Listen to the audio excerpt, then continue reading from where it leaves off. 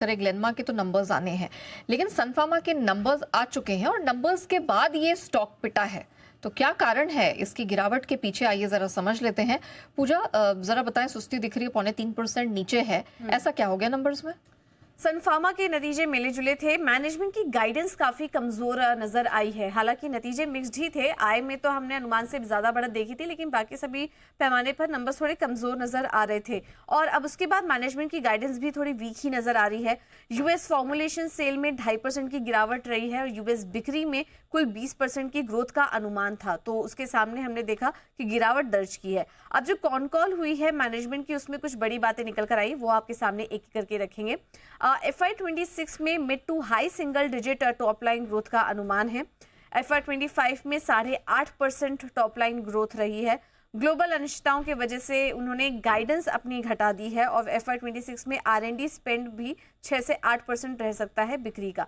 नए speciality products के commercialisation पे बात करें तो वहां पर करीब $100 मिलियन खर्च करने का अनुमान है। यूएस में जेनरिक सेल्स में प्रेशर बना रह सकता है। इनके जेनरिक कारोबार अभी भी बॉटम पर ही हैं और इसके अलावा कुछ और यहाँ पर इंपॉर्टेंट कमेंट्री की बात करें तो यूएस कारोबार में कुल मिला के इनके प्रेशर दिखाई दे रहा है। इसी वजह से हमने देखा ये जो कमेंट्री आई है कॉन कॉल के बाद, हमने काफी सारे ब्रोकरेज की तरफ से टारगेट में कटौती भी देखी। जेफरीज ने अपनी जो टारगेट है 2265 का देख रहे थे, वो घटाकर 2000 का कर दिया है। गोल्डमैन सैक्स ने 1500 से घटाकर 1475 का टारगेट दे दिया है।